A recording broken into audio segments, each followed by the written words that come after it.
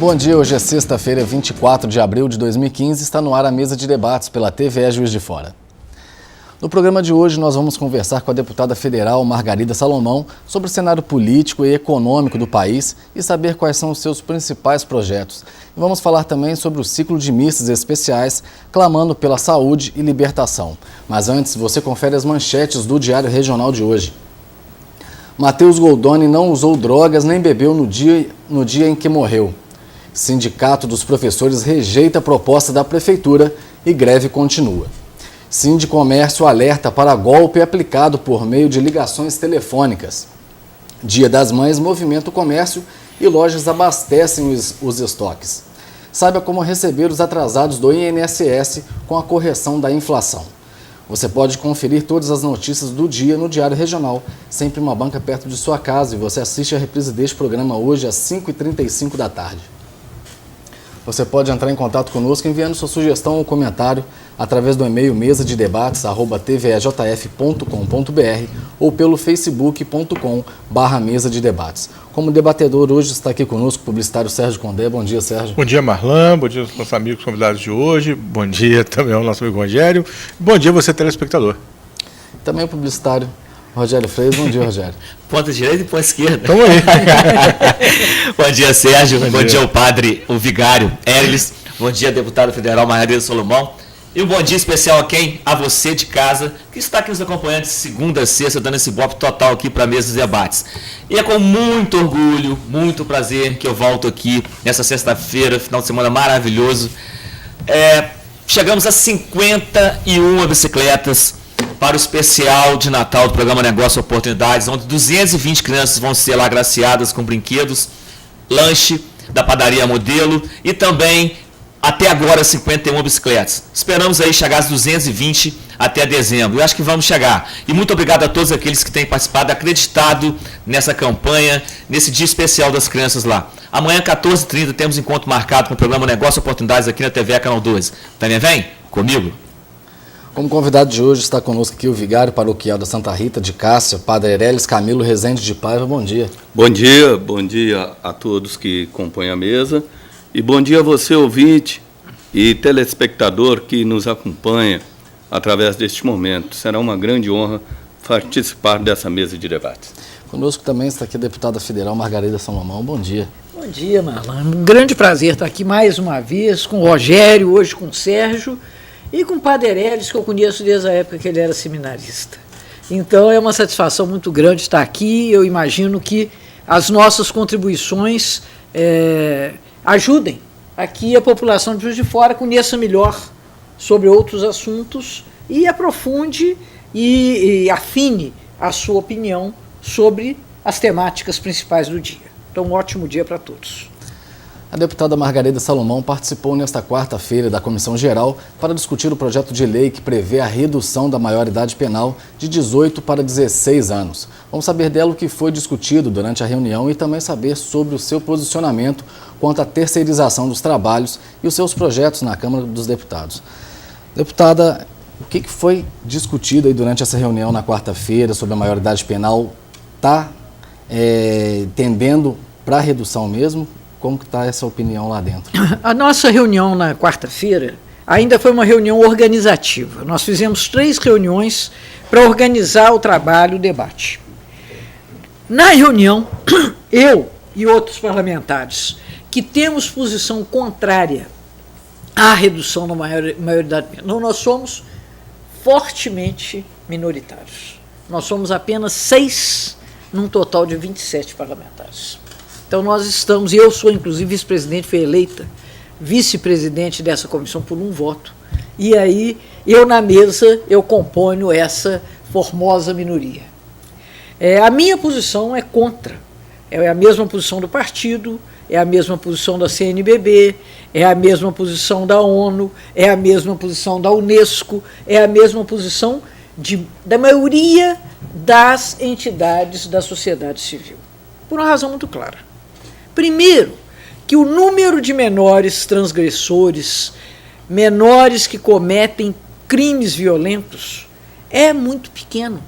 Não chega a 1% do total de crimes cometidos anualmente no Brasil. Os crimes cometidos por jovens entre 16 e 18 anos. Então não faz sentido você criminalizar todos por conta de uma incidência que é quantitativamente irrelevante. Em segundo lugar, os países que reduziram a maioridade penal, por exemplo, a Espanha recentemente o fez, já recuaram desse posicionamento. Por quê? Pela baixíssima eficácia da prisão. No Brasil, inclusive, nós hoje temos a 4ª maior população carcerária do mundo. Quantos presos tem no Brasil, Rogério? Não tenho a mínima noção. 700 mil. 700 mil. Eu sei que uma cela que cabe 3 tem 10. Então você falou tudo. Além de você ter essa população carcerária imensa, além de tudo, você tem um sistema que nos causa vergonha, que nos causa ultraje. O princípio do Estatuto da Criança e do Adolescente é o princípio da ressocialização, da recuperação. E não é verdade que haja impunidade, porque o ECA pune. A partir dos 12 anos, dos 12 aos 17 anos, você tem um sistema de penalizações que pode levar, inclusive, a internações. Se hoje o ECA precisa ser revisto, porque é uma legislação de mais de 20 anos, as penas do ECA devam ser agravadas, isso é uma questão até a discutir. Eu estou inteiramente aberta ao debate. Acho que o debate precisa ser praticado para que a população brasileira se esclareça. A maioria desses dados são de conhecimento dos especialistas. O que há na população brasileira é repúdio à violência, medo. Mas justiça não rima com vingança. Não adianta você dizer, olha, mas que crime horrível fez esse menor. Então nós queremos que ele seja punido.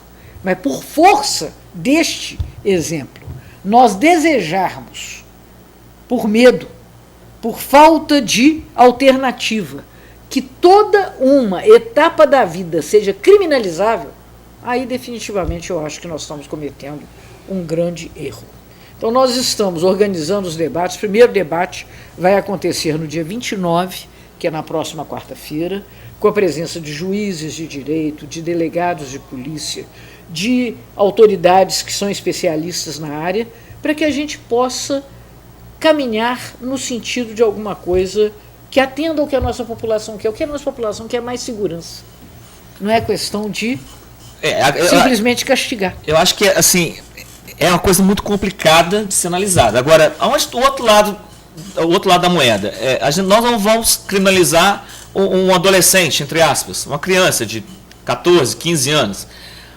Mas aonde que está a lei que nós vamos impedir que um adulto utilize essa criança para que seja cometido o crime, esse adulto não fique preso e essa criança também não? Então, alguma coisa está faltando. A gente tem que mudar alguma coisa nesse sistema. Olha só, aí nós podemos trabalhar com, talvez, penalizações mais rigorosas dentro do próprio ECA, quer dizer, a internação mais longa e com medidas mais disciplinares ou de recuperação mais eficazes. Eu quero te falar o seguinte, eu te perguntei agora mesmo quantas pessoas tinham preso no Brasil. Sabe qual é o nível de reincidência de quem é preso e depois volta à liberdade? Qual é o nível de reincidência? Já foi falado na mesa aqui. 80%.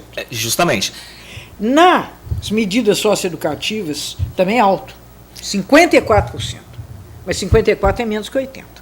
Então, se julgar esse menino no sistema prisional, que você mesmo acabou de falar, onde cabe 3, bota 10 ou mais. Sim. Aqui, no Ceresp, cabe 300 e tem 1.100. Isso é um ultraje à condição humana. Então, isso definitivamente não resolve. Eu e você sabemos que não resolve. E qual seria o passo para tentar tirar esses jovens? Em primeiro lugar, voltando à questão do Rogério, o adulto, né? O adulto que é responsável pela indução. O menor, né?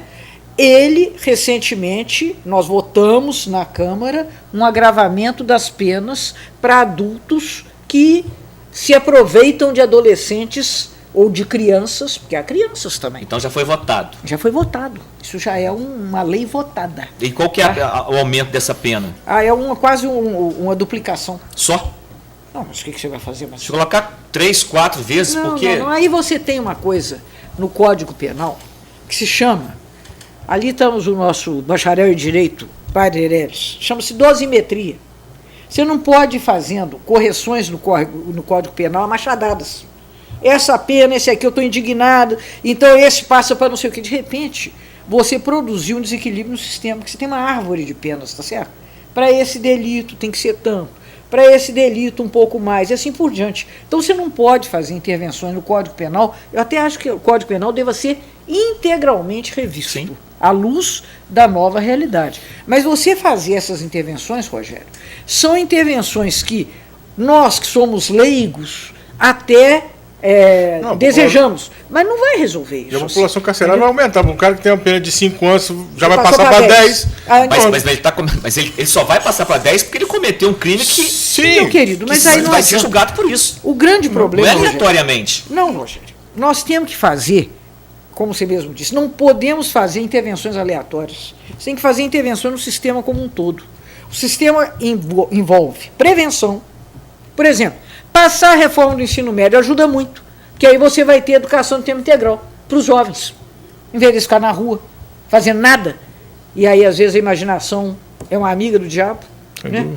Aí é preferível que ele esteja ocupado, Nós vamos atingir aprendendo a causa e não o trabalho. efeito. Porque Lógico. atingir a causa Não acaba o adianta. efeito. Você tem que envolver políticas que atendam à comunidade em que essa criança ou esse adolescente vive. Tá certo? Aí não é as famílias desagregadas. Famílias desagregadas sempre teve no Brasil. Agora nós só estamos sabendo disso mais, porque os meios de informação nos colocam essa questão com mais clareza. Na verdade, o que nós precisamos é atender as populações deficitárias, as populações que necessitam do apoio da sociedade. Então você tem que trabalhar na prevenção, você tem que trabalhar na punição e você tem que trabalhar na recuperação. Mas a gente está Se não trabalhando só na fizermos punição, porque a prevenção já não existe. Não, existe, mas não é suficiente. Justo. O que eu estou dizendo é que existe também uma, como é que eu vou te falar, espetacularização dessa questão. Que você olha, eu estou inclusive ouvindo com muita atenção o que dizem os delegados de polícia que são deputados, os policiais militares que são deputados, que têm o que dizer. Eles estão com a mão na massa. Eles conhecem profundamente essa situação. Então nós temos que ouvi-los. Mas não basta ouvi-los só a eles. Você tem que ver a situação como um todo. Eu acho que no Brasil você tem uma grande fragilidade dos sistemas de segurança.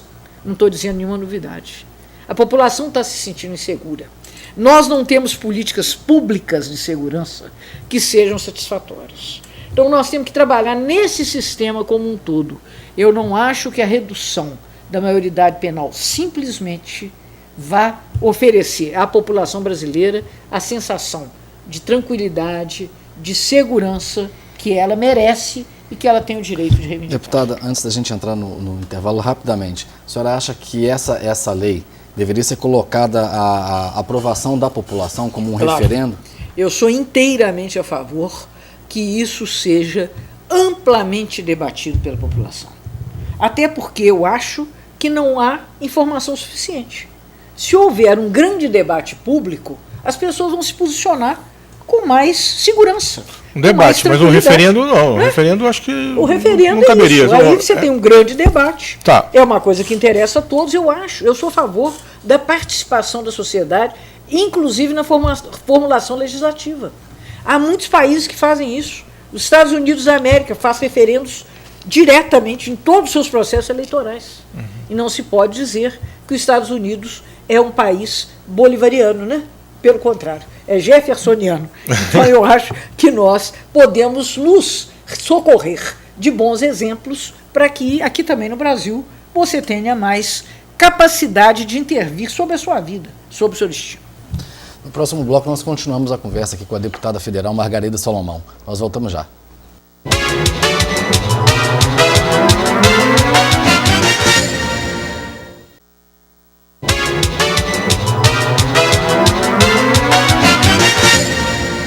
Estamos de volta com a mesa de debates pela TVE Juiz de Fora.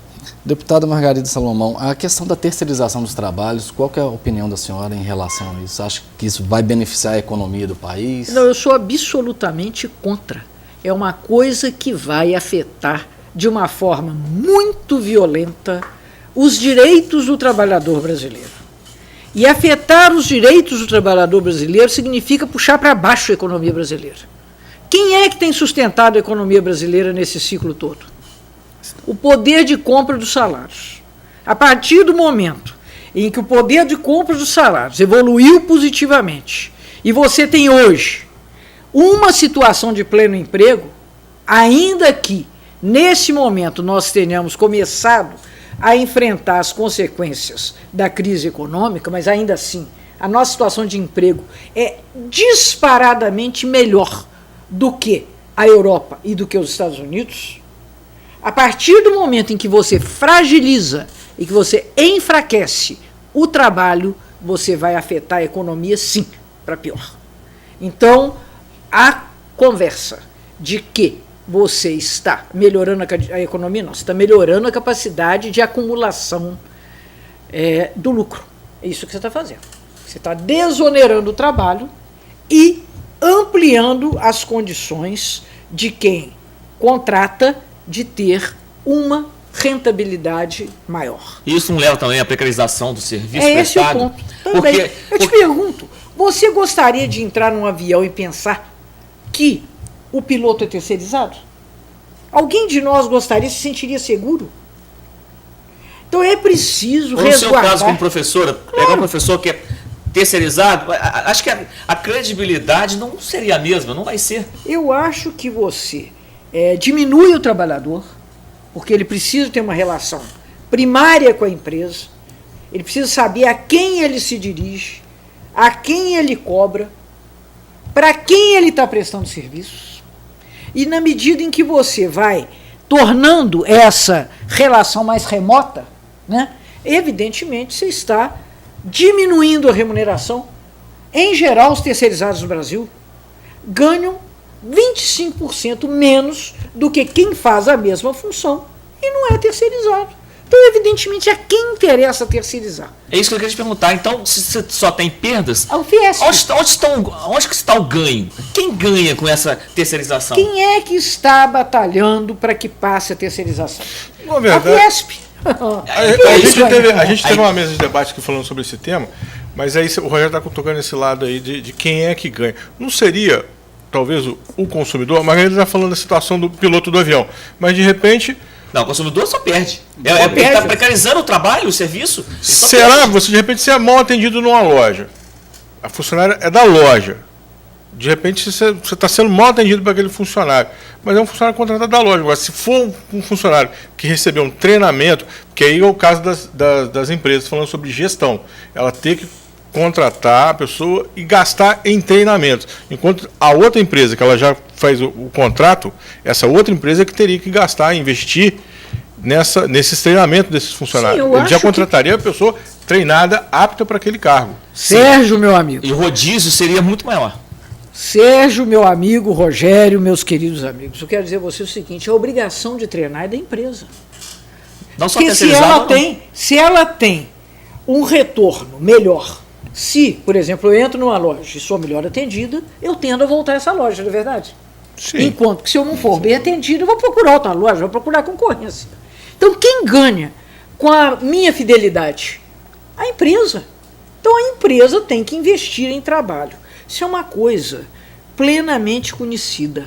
Uma forma de você distribuir renda é você criar postos de trabalho. Hoje você tem um processo de perversão. Porque com o avanço tecnológico, você precisa... Hoje, boa parte do trabalho está automatizado. Uhum. Então, você precisa de menos trabalhadores. Vamos ver no banco. Antigamente, você tinha um caixa te atendendo. Hoje, você vai no caixa eletrônico. Ou, às vezes, você nem vai no caixa eletrônico. Você vai no celular, igual eu vou. Quantos postos de trabalho se perderam nesse meio? Não é verdade? Então, quem ganhou com a redução desses postos de trabalho? No caso dos bancos. Os bancos. Os banqueiros, que estão cada dia mais ricos. Quais são as empresas que têm a maior margem de lucro no Brasil? Os bancos, as empresas financeiras. Quem contrata trabalho, quem produz, é quem, na verdade, paga mais impostos, quem cria mais riqueza, porque, afinal de contas, gerando posto de trabalho, você também cria uma cadeia, né, de consumo, de participação. Então, a terceirização é uma coisa que interessa ao grande empresariado brasileiro. Vou dizer a você, não é nem o pequeno empresariado, não é o pequeno empresário, porque o pequeno empresário tem quase que uma relação direta, às vezes até familiar, Muito. com os seus empregados. É outra natureza. Sim. É a grande empresa. Eu te pergunto, aqui na Mercedes, de repente não pode terceirizar. Você tocou num ponto assim primordial. Mercedes, vamos falar da Mercedes? Vamos falar da Mercedes. Olha A que Mercedes, por exemplo, teve aqui em Juiz de Fora uma série de vantagens que foram pagas por mim, por você, Todos nós. por todos Claro. nós. Então ela tem que haver reciprocidade. É lógico que nós devemos favorecer as condições de investimento. Sou inteiramente a favor que seja uma prioridade do poder público criar condições para o investimento empresarial, para que haja contratação de pessoas, para que haja riqueza circulando. A Mercedes entrou, era um projeto. Hoje ele é um projeto diminuído e ameaçado. Ameaçado. E os menores salários, Porque claro. cada vez, não, aí você tem uma diferença entre os terceirizados Chegamos ao ponto. e os efetivos. Então, a grande luta seria que todos os postos de trabalho fossem terceirizáveis. Então, ao invés de você ter, por exemplo, uma estamparia, você contrata uma empresa que faz a estampagem e a empresa contrata os trabalhadores que vão Com um fazer salário bem menor. Exatamente. Então, essa questão que está aqui dita com muita clareza, é por isso que isso gerou uma grande comoção popular. Porque o povo entende o que é carteira de trabalho, o povo entende o que é direito, o povo entende o que é salário, e o povo sabe o que é ser terceirizado. Então, essa tentativa, que ainda não está vencedora. Mas falta pouco para você vencer, né? Não. Primeiro que a vitória na própria Câmara foi muito pequena. Foi 230 a 203, tá certo? Por mais um bocadinho, nós conseguimos ter derrotado essa proposta de terceirizar todas as atividades. Porque hoje você já tem atividades terceirizadas. Sim. As atividades consideradas acessórias. Né? Então, por exemplo, na universidade, você tem terceirizada a segurança, e assim mesmo isso é uma coisa muito discutida, o transporte, você tem a terceirização da limpeza. Isso é uma coisa. Agora, eu não estou terceirizando as atividades essenciais, as atividades centrais, as atividades finalísticas. Isso nós não queremos fazer. Isso ainda tem que passar no Senado. O presidente do Senado falou, olha, aqui não. Não se vai precarizar o trabalho com essa volúpia, com essa gana com que esse processo foi dirigido na Câmara pelo presidente da Câmara, Eduardo Cunha. Sintetizando, seria a perda dos direitos trabalhistas? Claro que essa luta é. toda que demoramos para conseguir, depois vai assim, ó, essa conquista, toma de volta? Claro. Não seria isso? É disso que se trata, é rasgar a CLT. Isso. É rasgar a CLT, é disso que se trata. Deputado, antes da gente encerrar a mesa, eu gostaria de tocar num ponto, saber a opinião da senhora em relação à decisão do governo de triplicar a verba que será destinada aos partidos políticos, e a gente vendo o problema no FIES, a questão de verba para a educação, verba para a saúde. Qual que é a opinião da senhora em relação a isso? Primeiro que não é o governo. Quem votou foi a Câmara. O que a Dilma fez foi sancionar o orçamento. Então, quem aumentou? Aliás, a proposta, vamos contar essa história toda direitinho. A proposta dos recursos públicos para partidos políticos, quando veio da Dilma, era uma terça parte. Quando veio do Executivo. O Congresso emendou triplicando. Quem triplicou foi o relator, que é do PMDB, o senador Romero Jucá. E foi votado pela Câmara, que normalmente custamos a votar, né? Esse ano foi uma luta. Tanto que até agora a vinda não começou direito, porque o orçamento foi votado há 2 semanas atrás. E ele foi sancionado essa semana. Se o recurso vai ou não vai ser contingenciado, não sabemos. Tá certo? Mas a história toda eu acho inteiramente justo que haja um fundo partidário. Sim, mas sabe por quê? não triplicar.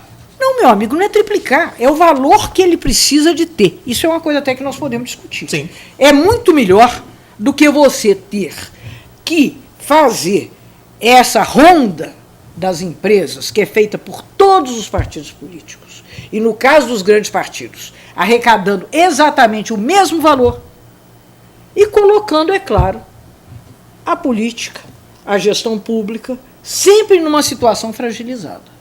Eu sou a favor de que a gestão pública seja, na medida do possível, imune a esse tipo de peregrinação.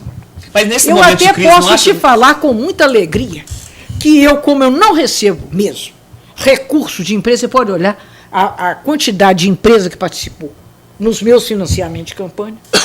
Eu faço campanha mesmo. É no gogó, é conversando, é andando, é debatendo. Então tem muita tranquilidade para falar sobre isso. Mas o grande problema que nós estamos enfrentando hoje no Brasil não é o financiamento público dos partidos, é o financiamento empresarial dos partidos. Privado, né?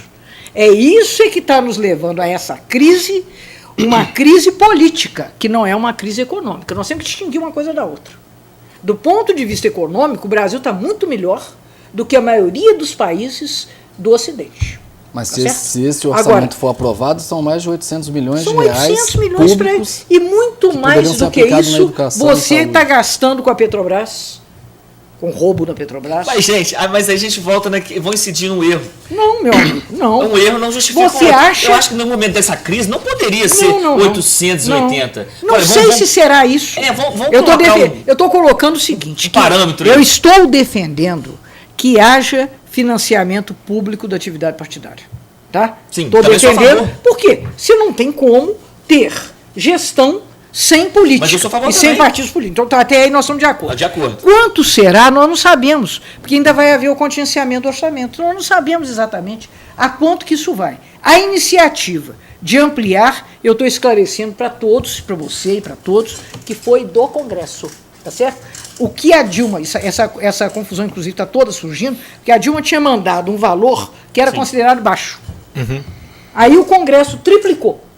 Ela sancionou o orçamento, sancionou sem vetos. Não é só nisso, não, em tudo. Mas na sua opinião, Na minha opinião, eu sou a favor de que haja financiamento público da na minha atividade também, partidária. mas não triplicar esse valor. Não sabemos o quanto que deve ser. Isso aí nós ainda vamos debater mais. Porque senão a gente vai colocar todos os políticos que foram. Nós todos estamos a favor, no momento de crise, no momento de rombo nacional, a gente aumentar esse rombo. Não é eu isso. sou a favor de que, inclusive, o rombo seja gerido com responsabilidade de todos. Eu sou a favor, por exemplo, que esses que estão indo para a rua declarando-se contra a corrupção, que esse ano não só neguem o imposto de renda. Eu sou a favor, sou contra a sonegação. Se ninguém desses que agora estão contra a corrupção, indo para a rua contra a corrupção, muitos deles empresários, grandes empresários, espero que esse ano não soneguem, porque se não sonegarem, diminui o rombo fiscal. Se diminuir o rombo fiscal, nós corremos menos risco de ter que cortar políticas públicas. Deputado, eu gostaria de agradecer a participação da agradeço. senhora aqui na mesa de debates Eu que mais uma vez. No próximo bloco nós vamos falar sobre o ciclo de missas especiais clamando pela saúde e pela libertação. Nós voltamos já.